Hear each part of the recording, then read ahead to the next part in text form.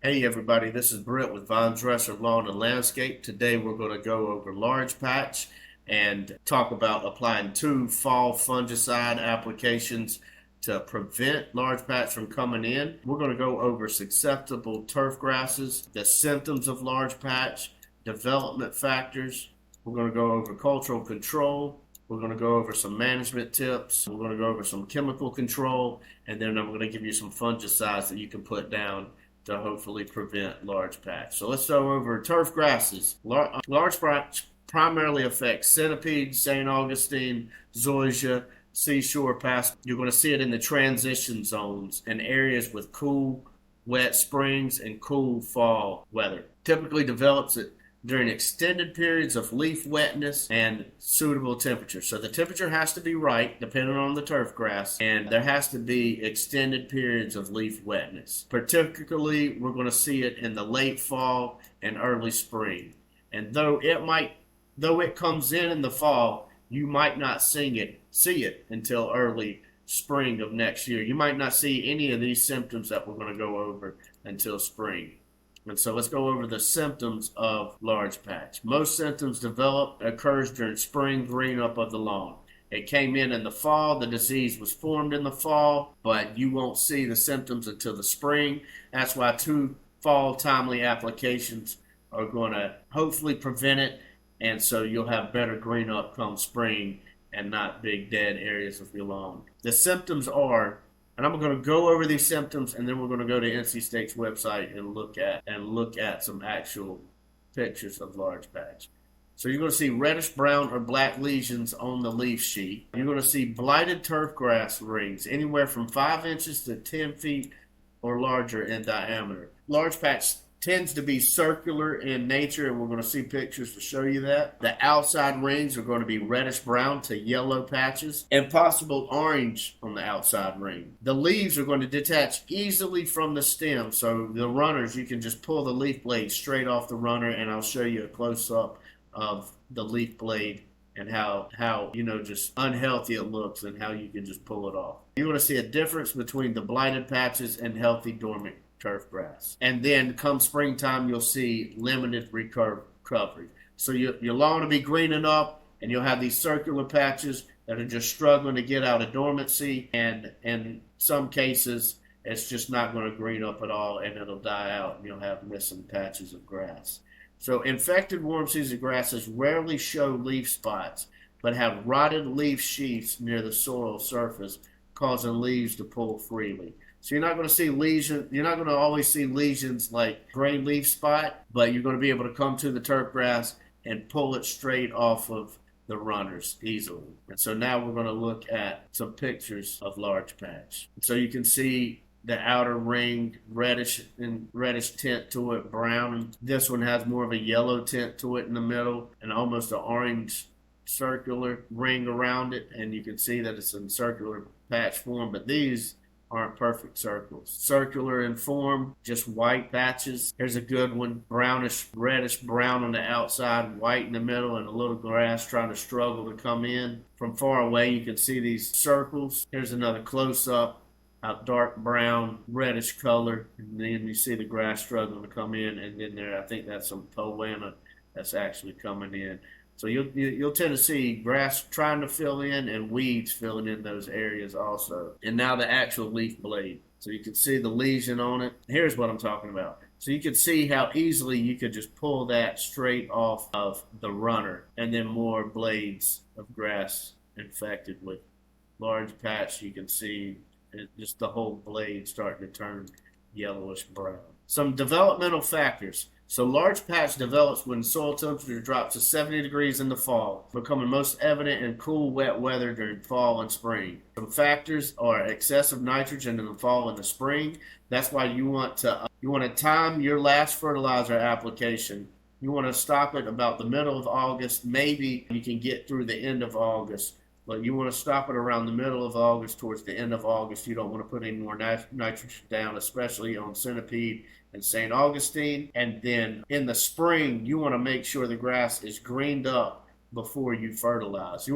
Because I will say this, if everything's greened up and then you have some areas that aren't greened up, I would just skip those areas of large patch just in case that it is active, because nitrogen will magnify the large patch. Another development factor is poor soil drainage. Watch your lawn when we're getting these heavy rains. You want to watch your lawn. Those areas that are holding water, that are lower than everything else, you want to try to fill those in with sand so that they drain better. You want to get your lawn as level as possible. You might want to install some drainage system to alleviate that.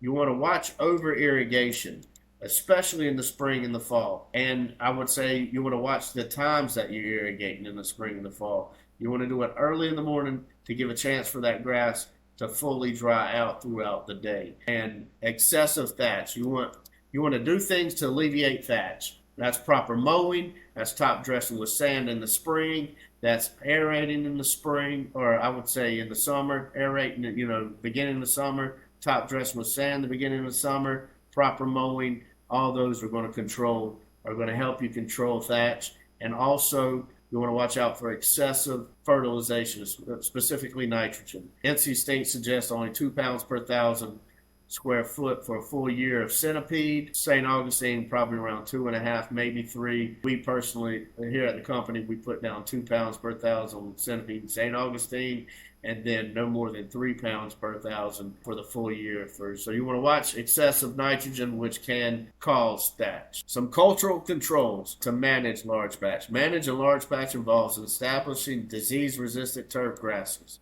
i.e. Bermuda. So Bermuda rarely has a problem with large patch. Even if it gets it, it'll grow out of it. And so I would say if your lawn is shade-free, there's not a lot of trees around, I would install Bermuda, because it's just not, around here, it doesn't get many diseases. It repairs itself rapidly, and you can put absolutely anything on it, and it'll continue to grow. It loves nitrogen. It's easier to fertilize because you don't have to watch about how much fertilizer you're putting down. I mean, you do, but within reason. You can, if you over fertilize Bermuda a little bit, it's going to be okay. You over fertilize centipede, it could be detrimental to the turf grass. And so some more cultural controls. Avoid nitrogen in the fall and the spring. In the spring, you want to make sure the grass is totally greened up. In the fall, you want to stop. You want your last fertilizer probably about August 15th, around that time frame. You want to prevent planting in low-lying saturated areas, and you want to install drainage systems. And so you don't want to install sod where it's going to be low and that the area is saturated. You want to raise the grade of that soil up. If you have low-lying areas, you want to continue to fill those in with sand, top dress with sand until you can get at level, and so that it's all draining the same. And then install drainage systems. And think about like downspout drains. You want to tie all your downspouts to a drainage system and run that drainage system either to a ditch in the back of your house or to the street, and to get that water off the lawn. And sometimes on the sides of the houses, you might have to install a French drain to help move that water out of there. You want to irrigate only to prevent severe drought stress in the fall and the spring. So just watch how much you're watering in the fall and the spring. You want to control traffic to avoid compaction. Centipede doesn't like high traffic. St. Augustine doesn't like high traffic. If you got a backyard with a bunch of kids playing, dogs running, I wouldn't put Centipede and St. Augustine back there. But you want to avoid high compaction, and you want to aerate to maintain soil drainage. So aerating in the spring, making sure your soil drains well, top dress with sand to make sure your soil drains well. And then you want to mow at the recommended heights and control thatch. And so top dressing with sand, aerating the soil, those are going to help control thatch. The right amounts of nitrogen are going to control thatch. And then your mowing height and your mowing frequency is also going to control thatch. So you can Google NC State, your grass type, will tell you how tall to mow each grass type. But centipede, zoysia, and Bermuda, they're going to suggest 1 to 2 inches, and then St. Augustine, they're going to suggest 2.5 to 4 inches. And I would suggest mowing everything on a weekly basis to control that thatch and not take off more than a third of the leaf blade at any given time. Some management tips for controlling large patch. Modest amounts of nitrogen in the summer and avoid nitrogen in the fall. Delay spring nitrogen until the disease is inactive. So until your lawn is greened up, don't put any nitrogen on it. For zoysia, I wouldn't suggest this for centipede and St. Augustine, but zoysia, you can verticut the grass after 100% green up in the early summer, and then apply nitrogen to aid recovery. You want to promote sunlight and air circulation and improve drainage. So you want to trim trees and shrubbery to promote sunlight and air circulation. No turf grass species is going to thrive in a shaded area. You want to improve the drainage. That could be installing downspout drains, installing a French drain, properly grading the lawn. All three of those can help improve drainage. Top dressing with sand can help improve drainage. Aerating your lawn each summer can help improve drainage. You want to avoid overwatering and reduce thatch. You're going to, proper mowing is going to reduce thatch. Proper fertilization is going to reduce thatch. And just watch your watering in the spring and the fall. And then another management tip is to apply systematic fungicides preventively. And this is going to be 2 applications in the fall and 1 in the spring. So we're going to talk about 2 fall applications for chemical control. And I got a note here, preventative fungicide applications are essential. Large patch is probably the most detrimental disease to turf grass in southeastern North Carolina. And so I'm going to go over the conditions, when to apply the fungicides, and then I've got this soil temperature map and a link to Greencast online, and I'll show you how approximately when the right soil temperatures are for each turf grass. So for centipede and St. Augustine, you want to apply your first application when the soil temps drop to 80 degrees for 5 consecutive days. And that's usually September and October. So it's a split app. You'll put one down in 1st of September, second app 28 days later, or in October. For zoysia, you want to apply when the soil temperatures drop to 70 degrees for 5 consecutive days. And that's usually October, November, a split app. One application in October, another in November, or one application in October, and then October 1st, and another one days later. These 2 well-timed applications in the fall, 28 days apart, may provide season-long control. In severe cases, you may need to repeat every 4 to 6 weeks. So if you got big bare areas, you may need to repeat 4 to 6 weeks. Using at least 2 gallons. All right, so NC State suggests 2 gallons of water per 1,000 square feet. So the more water, the better the efficacy of the fungicide. And so now I'm going to show you the timing of, I've got a soil temp map here. This is Greencast Online, and I have August and September pulled up. And we'll look at 2023 and then the 5-year average. So in 2023, you can see right here, it got down to 80 degrees and below August 31st, September 1st, 2nd, 3rd, 4th. So 1, 2, 3, 4, 5 days. It was right here at the end of August. So technically, we should have had them down. We should have had the first fungicide app down right now, or right then. And here's the 5-year average. This is for centipede and St. Augustine. We're looking for below 80 degrees or below. But the 5-year average, it doesn't start till the middle of September. So September 1st, you want to start thinking about your first split app of fungicide for centipede and St. Augustine. And then we'll look at 2023 for zoysia, which is 70 degrees. Soil temps at 70 degrees for 5 consecutive days. We're going to September and October, and we'll pull up 2023 of last year. 70 degrees. Is that it? No.